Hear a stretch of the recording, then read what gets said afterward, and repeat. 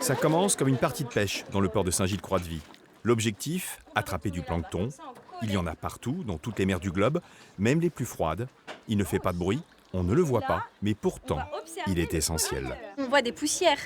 Et ce qui paraît sale, c'est du plancton. Et là, on en a beaucoup, là. Sans cet invisible, sans ces êtres vivants qu'on a longtemps ignorés, la vie n'existerait pas sur Terre. On n'aurait pas d'oxygène dans l'atmosphère, on ne pourrait pas se nourrir de poissons puisque l'océan serait vide, absolument vide de vie.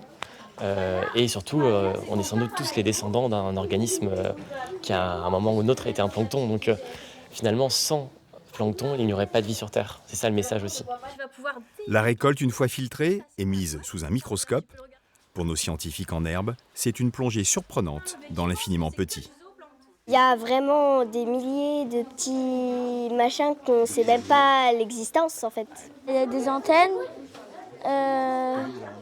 il y a des anneaux, il y a un œil. Heureusement qu'elles sont petites, elles pourraient faire peur, non? Oui. Un monde surprenant dont l'étude peut aussi nous en apprendre beaucoup sur l'état de notre planète. Sans ce phytoplancton, on n'aurait pas tout l'oxygène sur Terre. C'est un bioindicateur qui va nous indiquer s'il y a des pollutions ou non qui vont impacter l'environnement marin. On peut étudier tout ce qui est pollution aux crèmes solaires, les pollutions microplastiques, les pollutions aux métaux lourds qui vont impacter directement le plancton et indirectement tout le reste ensuite de la chaîne alimentaire.